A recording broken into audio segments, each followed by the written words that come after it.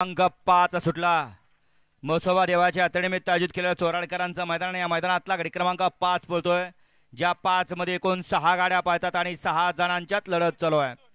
इकडे 2 ला बचेरीकर आहेत, 3 वरती कालेकर आहेत, 4 नंबर वरती दुधोंडीकर आहेत आणि तिकडे 5 नंबर वरती मायनीकर आहेत। अतिशय सुंदर आणि भैयाचं निर्वाद वर्चस्व।